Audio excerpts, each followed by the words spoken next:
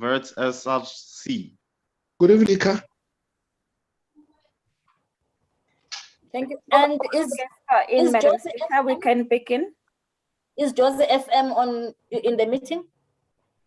Sipo, please advise. Is Josie FM on platform?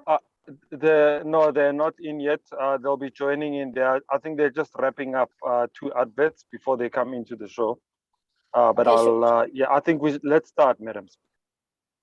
Yeah. Should we start or give them 2 minutes? What do you say, Doc and Sipo? Let's go ahead. Let's go ahead, Madam. All right. Okay. Thank you very much. Good evening, Joburgers, and welcome to the talk with the Speaker of Council. My name is Nongceba Mulwele, and I am the Speaker of Council. We are live on various platforms, such as City of Joburg social media platforms, as well as my own page, which is Nongceba Mulwele on Facebook, and @speaker_COJ on Twitter. We are also live on VOW Radio of VETS. So we are live on many platforms today. We are also live on Josie FM until 7 this evening, and would also like to acknowledge our other community media partners who have partnered with us ever since we started, who broadcast these engagements, such as Cheer FM, Eldos FM, and Pulse FM. Thank you very much for your continued support in this civic education initiative. Ours is about civic education. It's about empowering our citizens. A very special greeting to all our listeners and viewers and our beloved panel of esteemed guest speakers, which I will introduce shortly. Tonight, we are talking about vaccinations, especially for and with young people. So we are inviting all our followers to follow this important discussion this evening. This week, the demand for vaccination has increased with around 250,000 daily jabs. This is fueled by a surge of the 18 to 34-year-olds, the youth of our country, or the future of our country, who are now able to get it. Once they are encouraging public discussions and clear eagerness for vaccination among many youth, there still appears to be the most vaccine-resistant age group. Many think that they are young and healthy enough, already exposed and were not infected, or had COVID without severe illness. Hence, why bother with vaccination now? Other sentiments include, I travel in taxi every day and never got ill. I'm good without a vaccine. And what is the use of the vaccine if you can still get sick? There are also reports of fears among young women in the childbearing years that vaccines hurt the fetus during pregnancy, that it can also cause male or girls' infertility. There's a viral video that has been widely shared claiming that vaccines cause COVID, that it spread AIDS as an apartheid strategy to kill Africans. I mean, there are many perceptions and myths on this issue, and that is the reason why we decided to have this discussion this evening. It is so that we are able to clarify and dispel some myths related to vaccinations. Ultimately, these elements can cause apathy. And so today, in the spirit of civic education, I thought it relevant to have this engagement with young people. Ladies and gentlemen, without waste of time, today we are joined by esteemed guests, as I said. We have Councillor Eunice Mgcina. I'm not sure whether she's already in the meeting, Sfiso and Tlaga. And Councillor Mgcina is the MMC for Health and Social Development in the city of Johannesburg. We are also joined by Dr. Fundile Nyati, who is a specialist family physician and founder of Proactive Health Solutions. Upele or Dr. Fundile Nyati is also our civic education partner in the city of Johannesburg. He is a panelist this evening. We also have Ms. Gabi Faber, who is part of the VEX SRC member. She is also the legal and policy officer in the SRC. Welcome, Gabi. We also joined by Mr. Vusi Mazibugo, who is the Regional Health Deputy Director in the city of Johannesburg. A very warm welcome to all our guests, and thank you for joining us tonight. Thank you for being part of educating and empowering our citizens. Ladies and gentlemen, let's get straight into it. Before I hand over to my co-host, of which I am not sure whether he has joined, Umushe from Jose FM. He is in the meeting. Thank you very much. I'm going to start with Dr. Nyati. Doc, there is a lot of information in the public domain about vaccinations, but please just simplify for us. You know, Uguti, what are vaccines? How do they work? And why is it important that we all get vaccinated under this pandemic as a nation? Over to you, Doc. All right, thank you very much, Speaker. All right, I think we need to first understand that when we talk about fighting diseases, there's various levels of fighting diseases. It starts by people getting the right information so that they can prevent getting those diseases. So information dissemination is the primary thing, so that people can make the necessary risk management, strategies. Now, after that, it's about early detection or screening, with that, the people have got the problem or they don't have the problem. The third thing in the arsenal of fighting diseases is use of vaccines. The fourth thing is actually when somebody has got the illness, it's giving them treatment. And then the last one is when somebody is recovering from a disease is to rehabilitate. So I'm giving you the whole continuum. But the question is really about vaccines. So vaccines is one of the tools in our basket of fighting diseases. And what a vaccine is, it basically, it's a biological preparation that is made by a pharmaceutical company. This biological preparation that's made by a pharmaceutical company, they take the germ that is causing the disease, or they take part of the germ that is causing the disease. And that is made into a preparation, and it's tested for safety, it's tested for efficacy. What they are trying to do is to enable a person to develop soldiers against that germ before they actually come into contact with the real germ. So when I said you take a germ, we weaken the germ. That is, it is put under certain chemicals so that it is weak. It cannot cause a disease.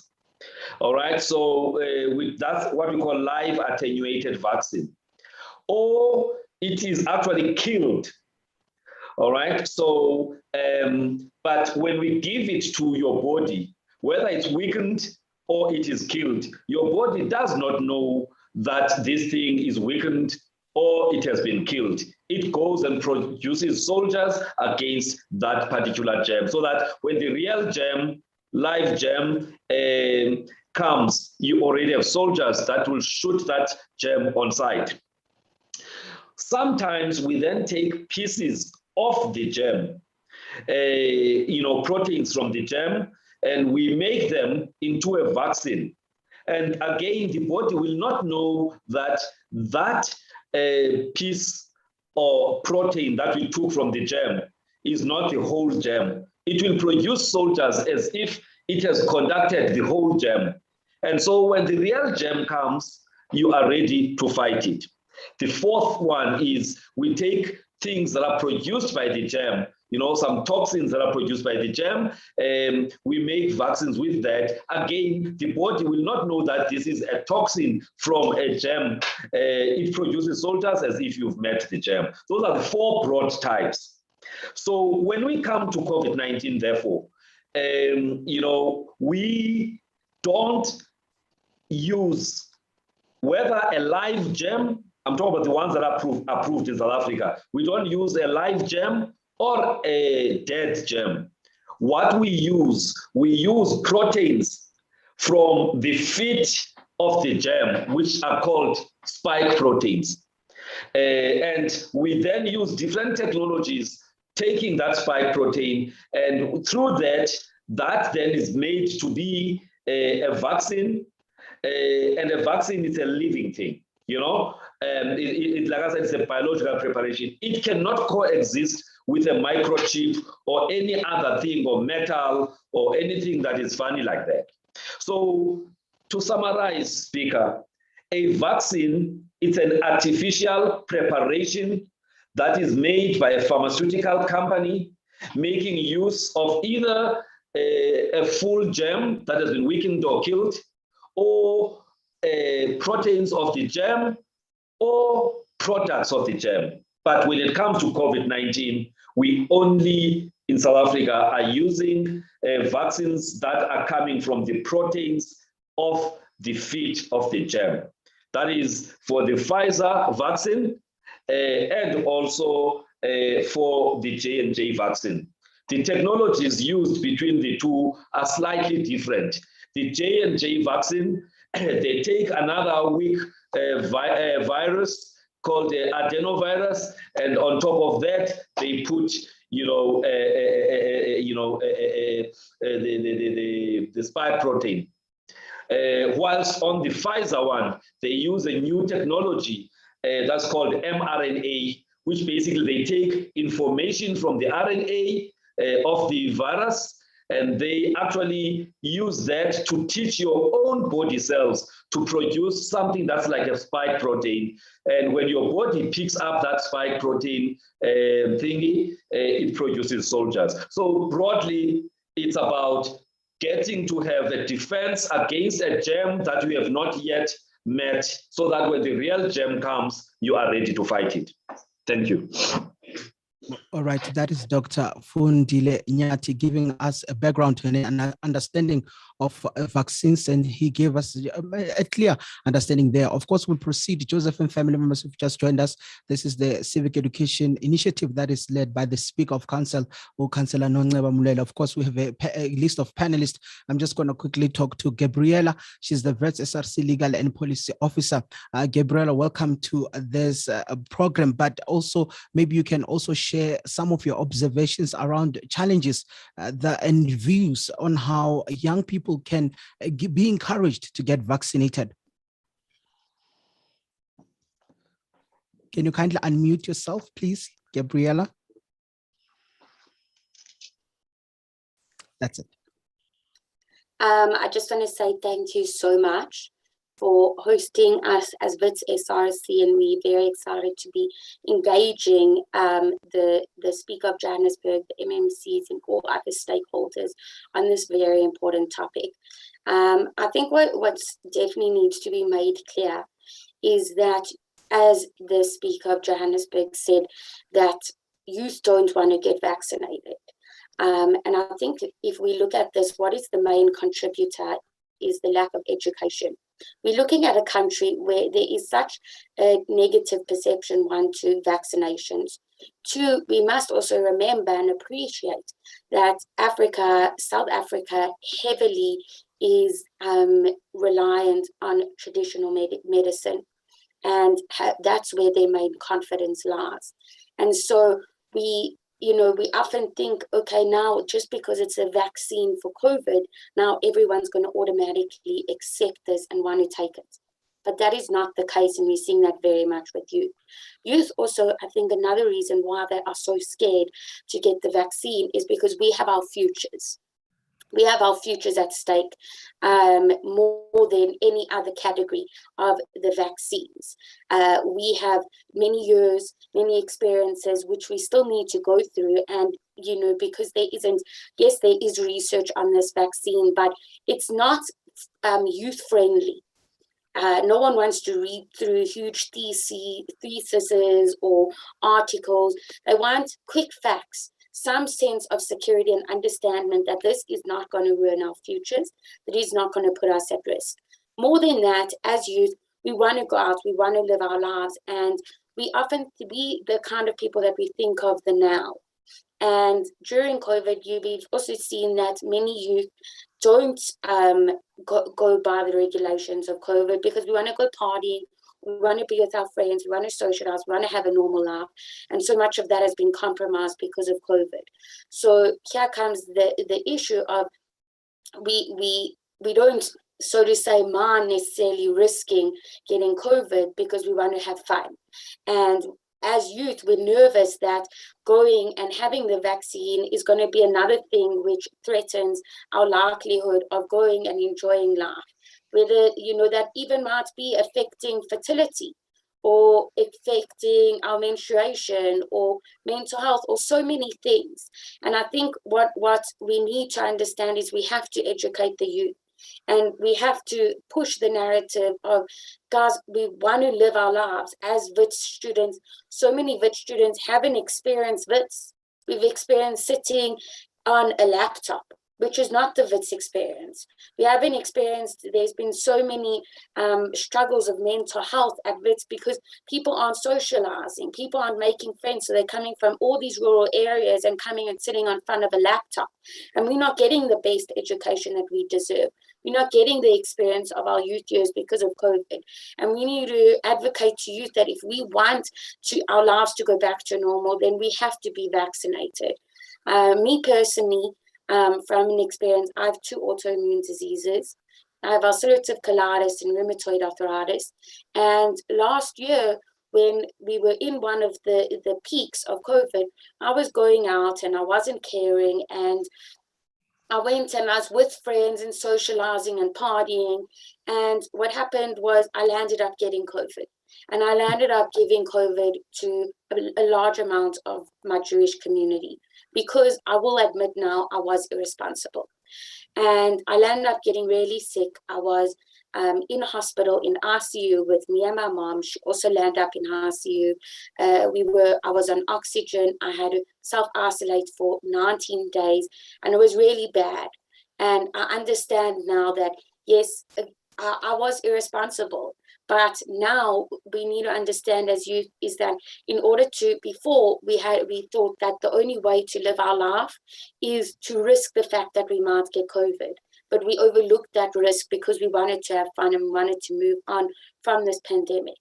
And now we need to acknowledge as youth, and we need to advocate to youth that we don't need to be irresponsible anymore to go on with our lives. We need to be vaccinated in order to move on with our lives. Gabriela, thank you so much for those opening remarks. Indeed, young people are caught in the middle. They are not sure whether they should get vaccinated or not. It is indeed a challenge. Of course, they want more information on vaccines and the challenges there, often what it has for the future as young people, as will be the leaders of the future. And unfortunately, also had the experience of getting the COVID-19 virus, and you pulled through. So now I think it's important for us to champion that young people should go out there and get vaccinated so they protect themselves and also protect those that they are surrounding them. Of course, I'll now include Ubabu Vusi Mazibuko. I know he's the Regional Health Deputy Director of Health in the city of Johannesburg. Baba, you heard Gabriela, young people are really not sure whether to get vaccinated or not. Maybe as a young person, when you go out there and want to get your jab, what can you expect? We have heard of side effects, and young people, maybe that's one of the things that are making them to be afraid to go and get the jab. Maybe on the ground, Nina, as Umnyango Zempilo in the city of Johannesburg, how are you working on this? Yeah, good afternoon, sir, and the members of the panel. thank you very much for this platform. I think it's even more appropriate for us to discuss this issue. Number one, there are some, there are a lot. Mazibuko, I think his network is not stable there. Maybe he will try to reestablish that connection there. Maybe we can move. I don't know if the MMC is here with us. Mazibuko, are you back? Okay, no, he's not. He's got a bit of a challenge with connectivity. 10 minutes just before the hour, 7 o'clock. Mazibuko, you got cut off there. I don't know if you are back now. If you'll be able to proceed with your response to this evening's discussion. I am connected. Yeah, you can proceed, say.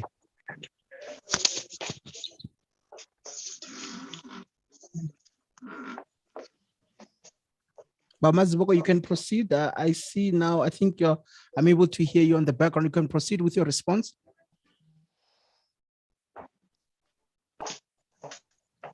Okay, maybe I can involve you as we wait for Mazibuko to step in. Hello, I am connected. I was wondering because definitely I'm connected. Can you hear me?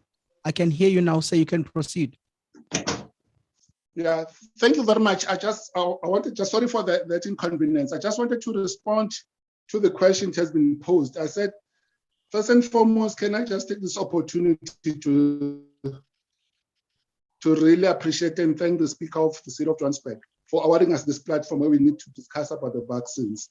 I was saying as my opening remarks that all drugs, including the vaccines, have got definitely side effects, and it's expected because it's a chemical that gets into your body.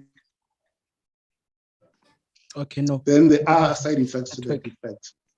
Yeah, your network. And some of the side effects of them is not really like us, laboratory injection. That is the upper deltoid muscle. That is the upper arm. When you inject that thing, there'll be sometimes swelling, a slight little pain on that thing, and then from there, there'll be redness. Okay, I think we also monitor. The network is not stable. Can you hear me? Yeah, you are. You're not. Your network is not stable. We are losing some of your words as you explain your answer. I don't know. Maybe you can try to reestablish your connection, and maybe I can bring in Dr. Fundi before, because I'm pressured with time. Doctor, we are in this time of COVID-19. Of course, I heard you explaining about vaccines. And yes, there's an interesting thing I think I want us to also talk about, the issue of variants. I know there's a panic in the country. We are seeing a new variant that has been discovered, the C.1.2. What does that mean? Talk us through about variants. How are they developed? And then why is it important for us to get vaccinated for future, even if we are going to have new variants? All right, thank you very much for that question. Basically, I think there's something that we need to all understand, that these germs called viruses all have the ability to multiply very, very quickly. And in the multiplication process, certain mistakes do happen, such that the babies get to be slightly different from the parents. Right? And that is what we call mutation. So you find that in that multiplication process, there are slight changes in the structure of, the proteins of the virus. And when it comes to COVID, SARS-CoV-2, they are happening at the spike protein level. So now when then these babies, or what you call variants, are there, they tend to then be much more infectious, that is spread easy from one person to the other, or some may cause much more severe disease than the original one, or the new ones may find it easier to evade the vaccine antibodies. The antibodies that were developed through the vaccines. So those are the three things we worry about. So the new one that was announced yesterday is what we call a variant of interest. At this moment, it's a variant of interest because there's very few people who have got it, but it's in 6 of our provinces already and a couple of countries throughout the world.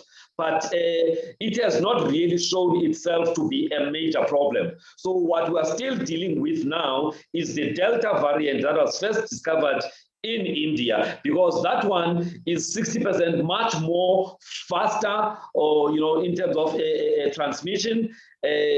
Although in terms of vaccine, it actually is easily neutralized by the vaccines as compared to the previous one, that is the Beta variant that was found here in September last year. So really, these are things we expect. They are monitored all the time, and they are monitored for infectiousness, they are monitored for aggression, they are monitored for whether they respond to the vaccine or not. So the one that was announced yesterday, at this moment, there is no reason to really worry. It's being monitored. It's a vaccine of interest. It's not yet been put as a vaccine of, it's a variant of interest, not a variant of concern like the Delta from Brazil, from India, or the Beta that was found here, or the Gamma that was found, in Brazil.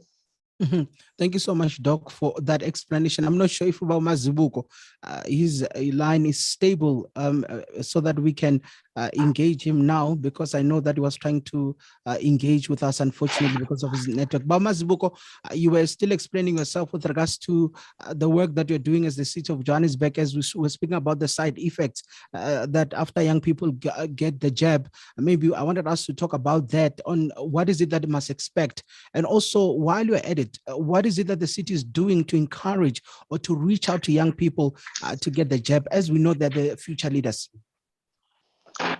Thank you, sir. Can you hear me now? Hello?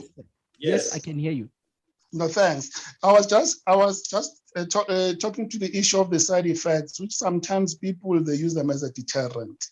I just want to concentrate on the side of injection, that is the upper deltoid muscle, that is the upper arm. Some of the side effects which you'll experience because of the vaccine, you'll find that there'll be pain because you are jabbed into that. There'll be pain, swelling, and sometimes redness. But we monitor the size of the swelling. If it grows beyond that, then from that, definitely we'll do something about it. But also the pain can just take any painkiller for the pain, and then from there it subsides. The most common side effects also is just fever, chills, headache, tiredness, joint aches, muscle aches, and nausea. And if you look into that, most of these side effects, they're very, very mild. If they get very exacerbated in other things, as like for instance, the nausea, there is what we call it antiemetics, which stop the nausea. For fatigue, it's just body rest. And then from there, for the headache, you can just take something, a painkiller. So it's not really something which can deter people from taking the vaccine. The other myth which I really want to debunk is the issue that people, this vaccine will cause infertility, or this vaccine will in fact, is dangerous to somebody who's pregnant. There's no any scientific evidence towards that effect. In fact, we encourage pregnant people or childbearing women to come forth because the benefits outweighs the risks, even to people who are pregnant. So people are more than encouraged, even if you are pregnant, even if you are at a pregnancy-bearing age, that is anything above 14 and above, certainly you'll get benefits from this vaccine. So with those, as City of Johannesburg, in our vaccination sites, we've got a couple of vaccination sites, the public vaccination sites, together with the private vaccination sites. We encourage everybody above 18 years of age to come forth and get the jab of the vaccines. The benefits definitely will protect the community. Even if only the other means to say, then you become infectious. It has been found, there's ample evidence, scientific evidence, which shows that if you have vaccinated, you are less infectious. So it protects you, even your family and your friends, because you'll definitely be less infectious. It doesn't stop that, it doesn't say that you won't be infected, but you'll be less infectious, that is, communicate this disease to other people. The other important fact is that also it stops from you progressing to serious illnesses. Half of the hospitals are overburdened because people then regress to a very serious condition and sometimes even result in the ICU. So those are the benefits of the vaccines. Lastly, which I want to share, if you look just across the ocean, if you look on those countries, everything is going towards normality. People are starting enjoying themselves. They go to restaurants, they're attending games. I mean, if you watch the games over the last weekend, people were just full, and majority of them, they're not wearing masks. We're not encouraging people not to wear their masks. All these non-pharmaceutical interventions, we still encourage them even post-vaccination. But the benefits of the vaccine, they're very important. Lastly, I really want to encourage everybody that is community members of the City of Johannesburg, together with the students at WITS, to everybody else to say, guys, let's go for the vaccines. It has been proven that these vaccines are really beneficial to the community and can preserve and protect life. Thank you.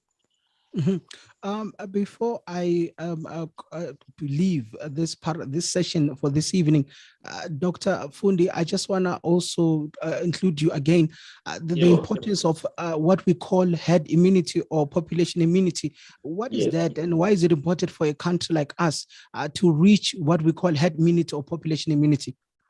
All right, thank you very much. Basically, what we're saying, and this is what the clever people, who are doing epidemiology have come up with. They have calculated to say what percentage of South Africans need to have been vaccinated fully for us to start to see a reduction in the circulation of the germ in the population. And they found that between 2/3 and about 70%, so between 66 and 70%, that's the percentage of South Africans who must have been vaccinated. When we reach that point, they have, been able to demonstrate that then there will be reduction in the amount of virus circulating. And with that reduction, it means we'll be closer to saying goodbye to, this pandemic. However, the longer we take to get to that point, the more we're gonna have new variants happening. So it is in all our interests that to get back to normality, let's get to that 70% as soon as possible. Also, to prevent future variants, let's get to that point as soon as possible. Those are the key reasons. Thank you so much, Dr. Fundi. Speaker of Council, thank you so much for the opportunity, and thanks to all the panelists who have participated in this evening's program. From our side, from Joseph, and thank you so much, Speaker, for the opportunity. I will just hand it over to you right now. Thank you very much, Moshe, and thank you very much to Joseph FM listeners and the participants. Maybe before we go to our participants, I am told that the MMC has sent an apology, but she has requested one of the directors, Jabu Rakosa, to represent her. May I just find out? I see Joburg at Joburg. Is that Jabu? All right, that's where we will leave this evening's proceedings with regards to the. Dlaga, is Mam Jabu present? Evening, Madam Speaker. Yes, he is part of the panelists. I do see there. Okay, I do see her. Yes, I do see her. Thank you very much, Jabu. We are told that you are representing MMC. There's a question that we wanted to ask MMC, and we are going to pose that question to yourself. If you could share the stats of people who have vaccinated across the city of Johannesburg that have already vaccinated, and please share the plans of the city of Johannesburg to reach out to more young people so that they can be vaccinated now that it is their 10, 18 to 34s. So if is there a plan that the city has to reach out? And if you could share the plan with the citizens. And you are most welcome to the show. Good evening, Madam Speaker, the panelists and the members of the public that have joined us today. And thank you for inviting us as a health department to come and be participants in this important discussion. It is important just to say that together with the provincial health department and the Premier's office, the mayor, and yourself, we appreciate all the work and the leadership that we are getting from our political principals. The types of work that you are doing currently, the outreach, we're going out to do education and what we are now calling the pop-ups. This is where we identify areas that are far or hard to reach, like your lowly farms and informal settlements, the hostels where people are a bit reluctant to come out.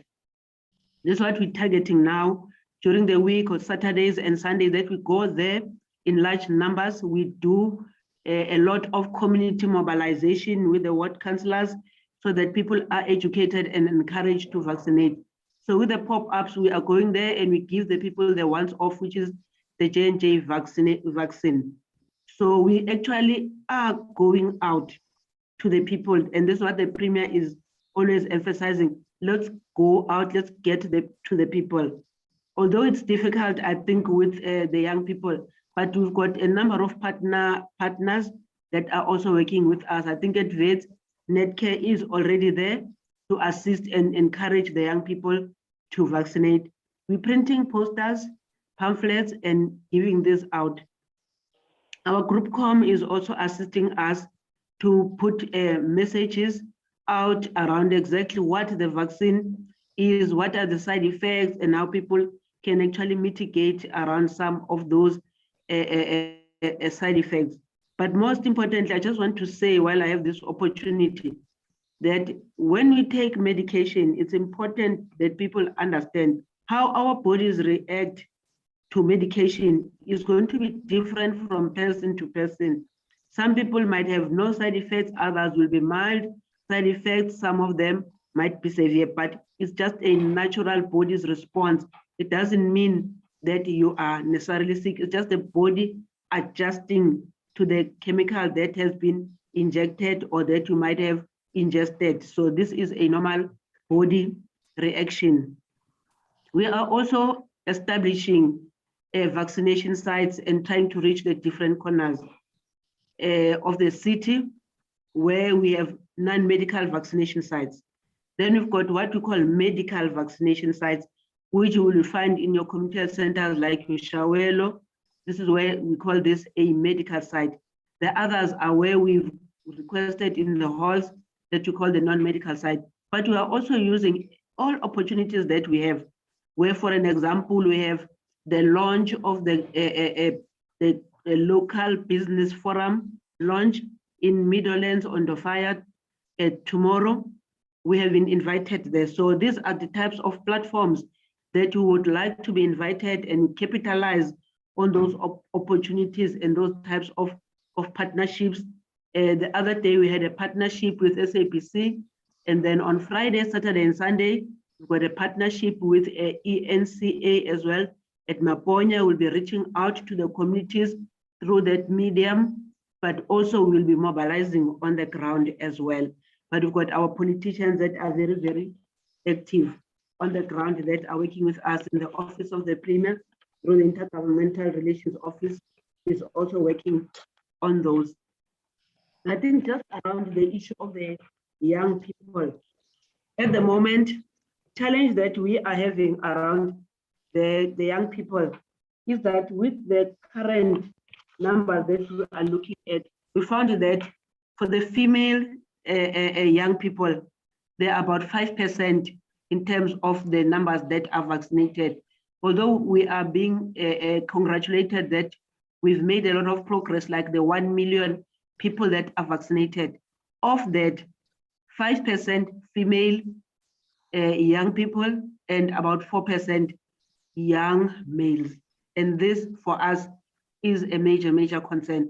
That's why I would like to use every opportunity to say where our health education material is maybe not very clear, or we need to unpack those huge books and make them simple. I think that challenge, I think I've picked up, and I think there's a homework that needs to be done to make sure that we simplify as much as possible so that we reach out to all the young people. Thanks, Madam Speaker. Thank you very much. Thank you very much, Madam Rakosa. Thank you for that information and also sharing the plan with us. Let me check with the team. Boss Fiso, what are our viewers saying? Can we get questions or comments from our viewers so that our panelists can then be able to respond and share more information? Yes, thank you so much, Madam Speaker. There are a few comments that have came through. One is from Noliswa. She asked, should a person get the COVID-19 vaccine even if I have already had COVID? That's the first question. The second question from Unom Tandazo. She asked, what was the process in developing the vaccine and was it hurried? And this message is basically dedicated to Mr. Dr. Nyati. The third question, which has been asked by Usimpiwe Mhlalose, what process is followed before a vaccine is given to the public? And then the fourth question, which has been asked by Uspelele Dlangalala, what is the percentage of people who need to be vaccinated against COVID-19 in order to achieve herd immunity? Then the fifth one, Madam Speaker, from Lerato, she asked, is it safe to drink Panado and Grandpa before you take your vaccine? I'll leave it there for now, Madam Speaker. Thank you so much. Okay, thank you very much. We have experts around here, and maybe they can share questions. Let me start with Mr. Mazibubu to answer some of the questions.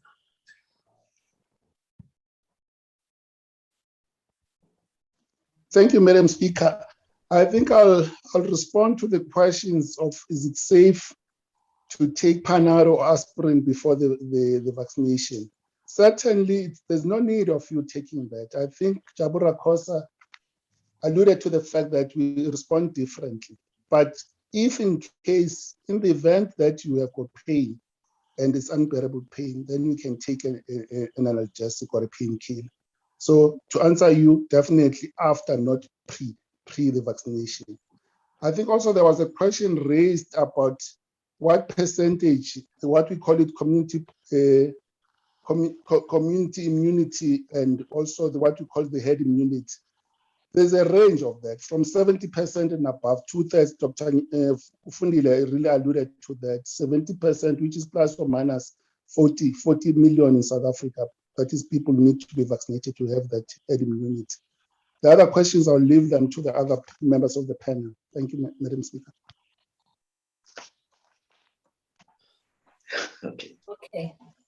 All right, let me take the other questions, Speaker, so that we manage time. Yes, Doc. Maybe before Doc responds, I've just been made aware that the voice of vets may also want to ask questions. Okay. The voice of vets here, so that when the other panelists respond, they respond to the voice of vets as well. Gabi, is voice of vets having a question? No, so far they are not. All right, thank you so much. Okay, thank you. Yes, you can go, Doc. All right, there's two questions that were asked. In fact, there were three questions, but two of them is basically the same thing. One question was, if I've had COVID-19 disease and I've recovered, is there a need for me to then be vaccinated? The answer is a big yes. Yes, when you get infected and you recover, you will have some immunity for a few months after that infection. However, it has been found that some people, after 3 months, they no longer have that natural immunity that they got, or others at 6 months. So because we know that that immunity wanes, therefore, the fact that you've had infection is no guarantee that you now have protection. And in fact, the protection that you get post-vaccination seems to be lasting for much longer than what most people get, when they've got the disease and they got natural immunity. And so it is very, very important that when you have had the disease, you don't sit and say you are protected. It's important that you do get to be vaccinated, all right? But also the variants are slightly different. You may have been infected last year when it was the original variant, or you may have been infected around February with the Beta variant, but now we are dealing with the Delta variant. So it is important that you get vaccines, because these vaccines are made such that they are able to deal with many variants, and therefore you get better protection through a vaccine. The other question was, what process is followed to develop a vaccine? Now, any prescribed medication, any medication that is prescribed by medical doctors and then pharmacists, it undergoes a process, a scientific research process. And that process starts at preclinical stages, that is at the laboratory, or even sometimes with animals, to test whether that particular drug or vaccine does work. Once it has passed at that level of preclinical, then it goes to what we call human trials. That is, it now gets tested in human beings. And even there, we start with a small group of people looking for safety. That's what we call phase 1. If it passes there in terms of safety, then it goes to the next level, phase 2, where it's tested for safety and effectiveness in a smaller group, maybe 100 people or so.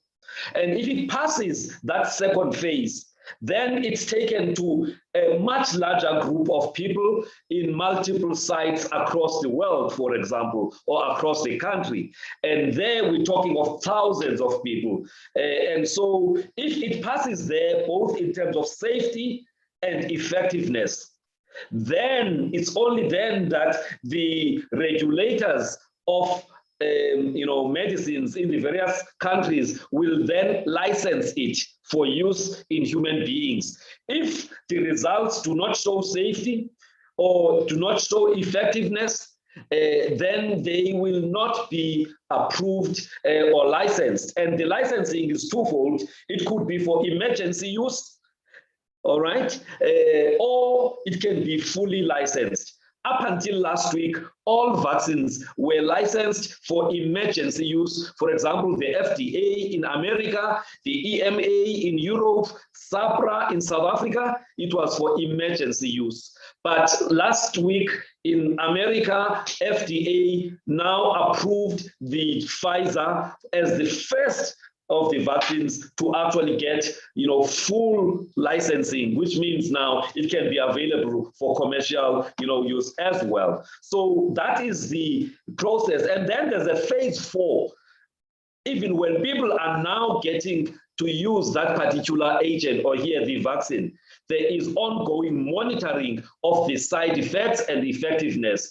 And information is gathered, and if there's anything that goes wrong there, then the manufacturers have to work on that. So those are the phases that are followed before this thing is given to human beings. And so we don't just wake up and just give people stuff that has not been tested for safety or effectiveness, especially safety. So it is important for people to know, once the regulators have independent regulators, because they're independent to the pharmaceuticals, if they have approved, they've given a licensing, that agent or that drug has been found to be safe and effective, and the benefits are outweighing the risk. Thank you very much.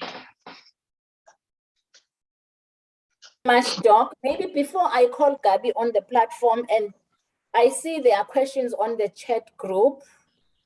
Sipho, are you able to read those questions, or should I read them? Because of time, we are 10 minutes to go, but I just want our panel of experts to respond to the questions that I see on the chat group. There are 3 questions, 3, yes. There are three questions. Madam, please read them. I only see one on my side. Okay, let me read them quickly because I think they are very important questions to be responded to get an attention. One is from anonymous attendee. And anonymous attendee says, what are the odds of getting the vaccine and still end up in ICU? One of my family members got vaccinated but still ended up in ICU and is now deceased. The other one says, why do young people have to vaccinate when they can actually fight the infection themselves? Please comment on rumors saying the vaccine causes erectile dysfunction. I think responded to. And then the last one says, good evening, leadership. First, thank you for such an informative session. I would like to find out how long will the vaccination process take place? For some of us had COVID and was told to wait at least 3 months before being vaccinated. So those are the questions. Maybe I can ask Mrs. Jabu to respond to some, and then Mr. Mazibuko. Then we'll come to Doc, and lastly, we'll have Gabi. Mrs. Jabu? Good evening again, MMC. One, I think when people have had a COVID infection, it's not 3 months that they have to wait. It is 30 days. The vaccination is going to go on until we have reached our herd immunity. For the population that we have in Johannesburg, the target is 3.9 million. We still have a gap of 3.4 million. So we had projected or thought that we might maybe achieve that in January or February. But as long as we have not reached the target, we are going to continue vaccinating because the target is that we need to achieve the herd immunity. So as long as we've not achieved that, we will continue. And the probability as well with the projections that are coming up of the fourth wave, that is also another challenge. The second one is that if all of us could adhere to non-pharmaceutical interventions and be careful and take responsibility for our own health, we would not be where we are as a people. So why we need the vaccination is we are assisting our bodies because we found that we get infected by our next of kin, our children that have gone out and inadvertently or whatever other means got infected, and then the families get affected. And then we find that we have a large number of family members getting affected. That's why we are therefore going on the precautionary measure of let's vaccinate. But people that are very confident that they will adhere to non-pharmaceuticals, that's the first line of defense that we are encouraging. Thank you. Thank you very much. Mr. Mazibuko, you're getting vaccine, but you end up in ICU. Yeah, well,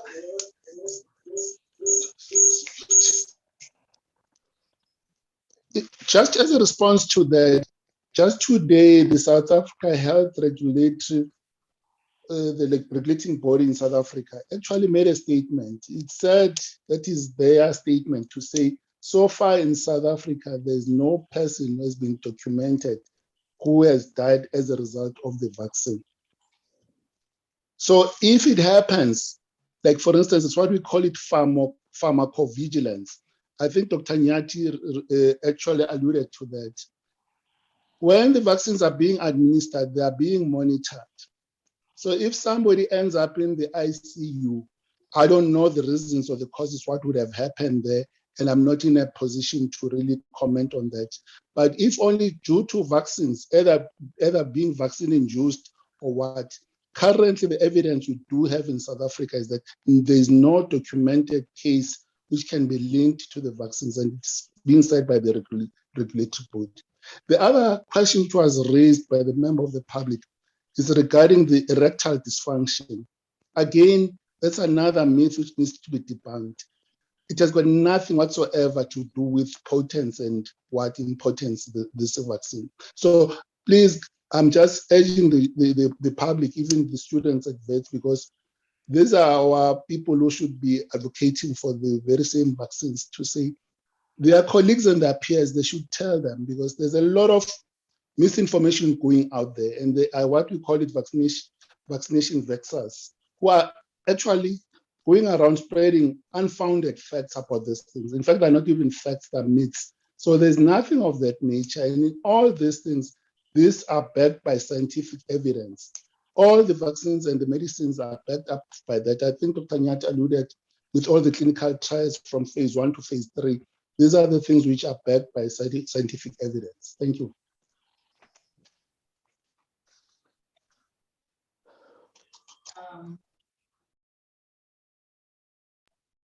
Thank you. Thank you very much. Thank you very much, Mr. Mazibuko.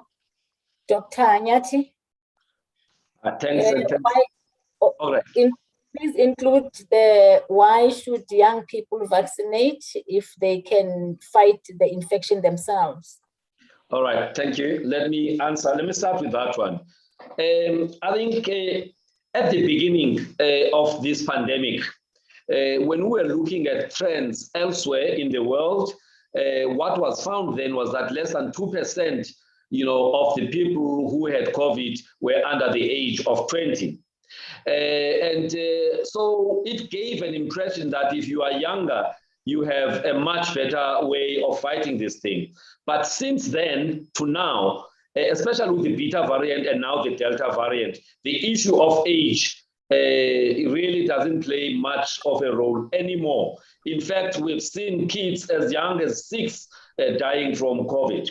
So the notion that because one is younger, they have a much stronger immune system and therefore they can fight the disease, it's no longer applicable with the variants that are a problem today. In fact, on the study that was done by UJ and HSRC, whose results were released about 2 weeks ago, they found that one of the challenges about the youth is that there is that false sense of immunity, or ability to fight the virus, which is one of the reasons for hesitancy over and above issues of side effects, issues of effectiveness, or issues of mistrust of the pharmaceuticals or government. So I just want to put that to bed. Young people should go and vaccinate, because that thing that they are better at fighting the disease is no longer applicable at all. Number 2, people have died from COVID-19. Now, 53 people who were alleged to have died throughout the country from this vaccine. SAPRA, together with Department of Health, they did investigations on all 53 of them. 2 of them, they couldn't really get any conclusive information. Then the other people that they found was that they died from comorbid disorders, meaning somebody had a pre-existing illness like a diabetes or other serious illnesses. That was the cause of death rather than the vaccine itself. And a few of them, it's people who they went and vaccinated not knowing that they were actually in the incubation period of the disease. And so they died of the disease, that because we don't test people whether they have infection before we give them the vaccine. So unfortunately for those people, they actually had the disease, and that's the reason why. So basically no one, as at least a week ago in South Africa, has died from the vaccine, and that is official from SAPRA, and anyone can go into SAPRA and get that report. And then about erectile dysfunctions, again, this was a big scare thing in the US. A lot of males didn't want to lose their potency, and they were scared that, by taking the vaccine, in fact, there's more danger of you losing the functioning of your reproductive organ that is affecting the testes or even the penis if you get COVID-19 disease than if you take a jab. So the jab does not cause erectile dysfunction, nor does it cause your ovaries or the uterus not to be able to function. So all of those are myths that have got no scientific basis. Thank you.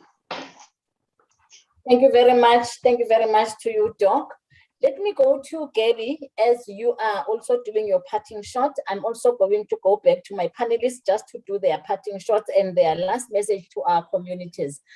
Gabby, as your parting shot as well, you had Mrs. Rakosa saying that there is still a huge gap that needs to be closed in terms of the number and the target that the city of Johannesburg is supposed to vaccinate.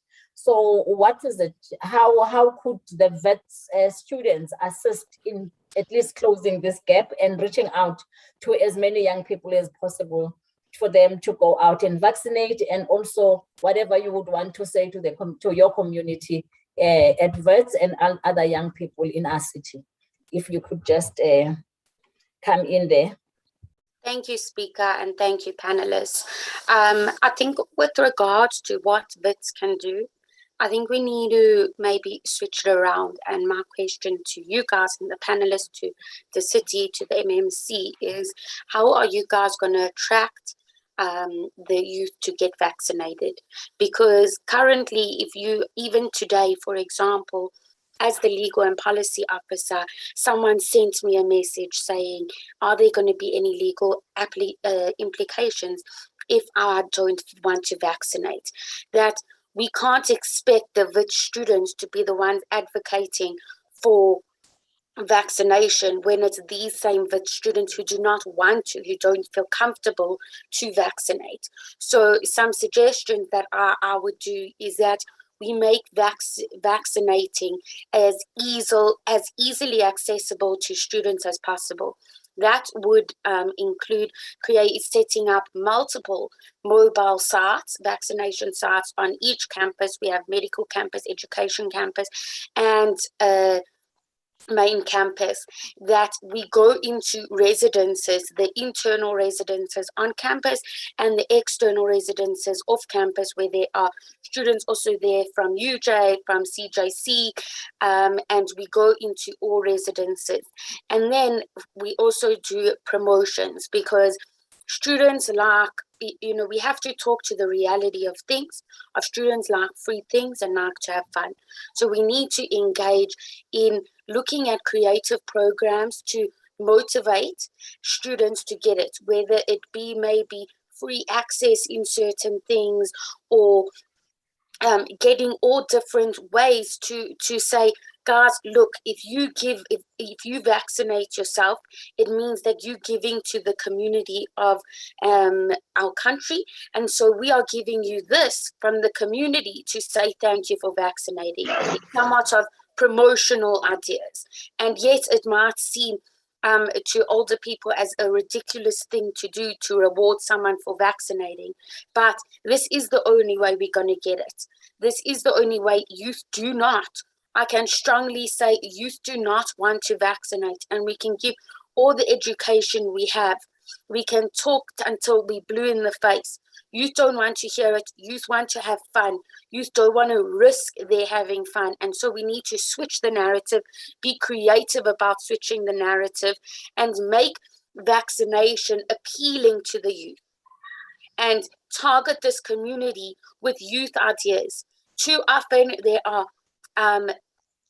we must know that in our country we have a crisis, that youth are not in leadership positions. Youth are not sitting at those tables of decision making.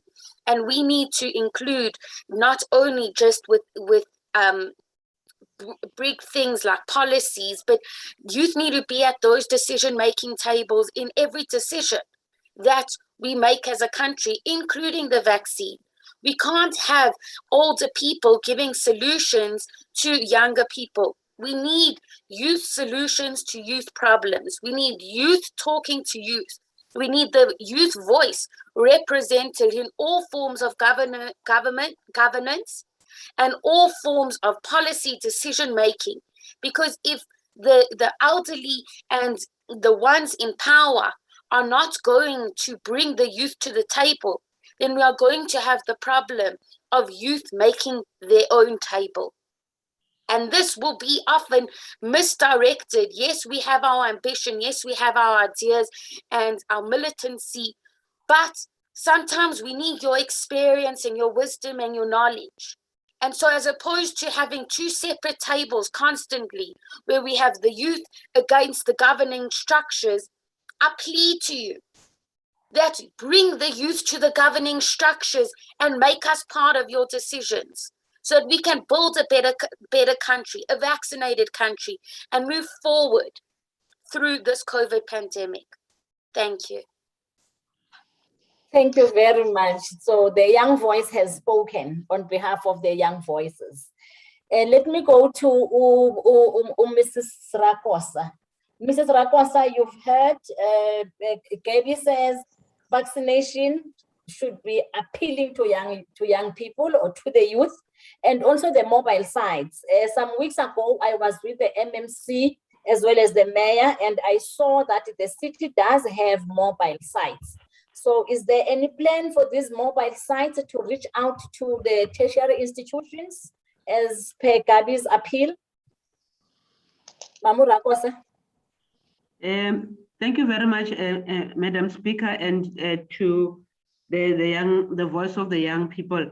I think it's made very valuable input.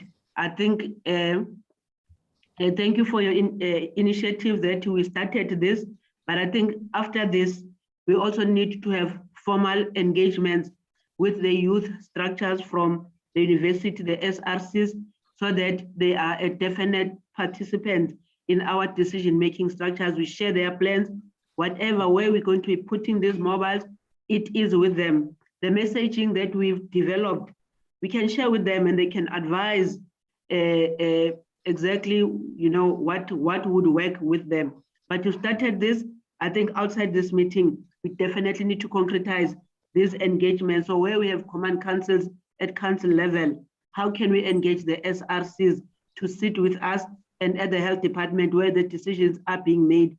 Where do we sit with them? How do we plan this rollout of mobile points and pop-ups?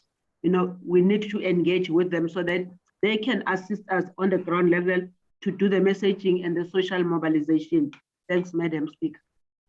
Thank you very much, Mrs. Rakosa. We shall indeed exchange the contacts of Gaby with yourselves. Mr. Mazibuko, your parting shot, please, and the message to the communities of Johannesburg.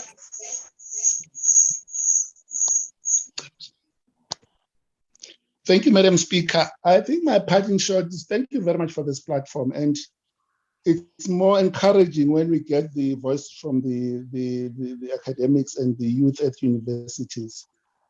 I know that in Cape Town, at UCT already they've started, is one of the vaccination sites. And I thought already even at VETS, if it's already not there, maybe it's in the pipeline to have a vaccination site right there. But insofar as exciting and innovative messaging, I think we'll have to work with the VETS university students and let them just add and put their voice to that so that we come up with something which will look sexy and appealing to the eye of the students. But my parting shot is that when you look, if in fact in the entertainment industry, should it be sports or what, and you look overseas, you really envy to be at that level. So to me, it's enough incentive to say, as South Africans, let's normalize our lives. And the only license or passport to that is the vaccine. So we really need to take this thing serious, because if you look into the stadia and everything other, in fact, overseas, even going to the restaurants, it's one of the requisites that you should be vaccinated. So I doubt as government would like to be monitoring and everything else, but to normalize the situation, to open up the economy, and also to have a normal life, definitely I will urge the students and ourselves and all the general community to say, let's go for the jab. And to the best of our abilities, even at universities or wherever, if there's somebody who's disseminating this misinformation, I think all of us, we should be ambassadors to this effect, to say, let's engage those things. And because they're all myths, there's no scientific proof to those. And we can't deny, turn a blind eye that they're not existing. They do exist. So we should actively engage those myths and try to debunk them. So those are my parting words, Madam Speaker. And thank you very much once more for this platform, and we hope it turns around the situation. Thank you.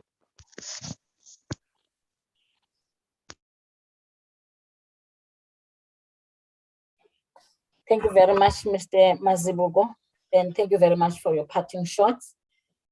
Let me go to Doc. Doc, do you have a last message to the citizens? Yeah, well, I think I do. I think I do. I like the contribution by Gabriela.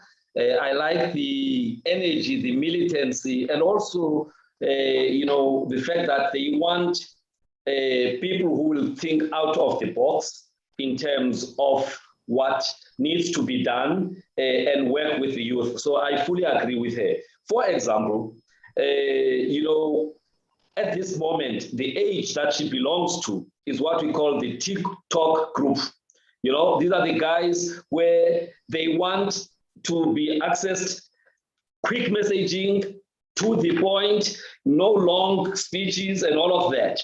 All right. So it is important that whoever wants to encourage this group to participate leverages the platforms that they use. And TikTok, not Facebook. Facebook is for older people. Younger people, the youth under the age of 35, TikTok. And also the messaging must be simple, to the point, no long messaging. So I'm almost saying the city, I heard, they go and do this and they go do that. It's well and good, but it has to be different if you are targeting these young people. There's also an organization, an agency of the Department of Higher Education that is called Higher Health, led by Dr. Ramnik. Now, they are doing work already in all the tertiary institutions funded by the Department of Higher Education. So I think any programs have to work with those people because they're already there and they are resourced. And in fact, I'll be talking to him, the CEO of Higher Health, that he needs to actually be part of whatever that we're going to do with the city in relation to the tertiary institutions. Creative programs and incentives. In fact, in the US at this moment, they are now putting incentives to encourage people to vaccinate. And there's nothing wrong with that. It's not unethical at all. And so what Gedi has said about incentives, I actually support that. All right. But the thing that youth don't want vaccines is not supported by all the facts. In fact, the reason why the vaccination of the 18 to 34 was brought forward to the 17th of August was because the age above them was actually starting to not respond the way it was expected. And they brought in these young people, 18 to 34. And the numbers, ever since they brought them on the 17th of August, we have now been averaging up above 250, very close to the target of 300,000. So the young people are actually, vaccinating in numbers. They may not be at Wits, but generally in the country, they are actually, boosting these. And with the pop-up vaccination sites and other creative ideas out there, mobile, vaccination sites, we are seeing more young people across the country. So there is hope. But yes, let's listen to them. Let's go to where they are. Let's engage with them. Let's not dictate to them. Let's clarify what makes them to be hesitant. And let's hope that they will buy into normality that will be brought through by many of us vaccinating. Thank you very much. Thank you very much, Doc, for your parting shot.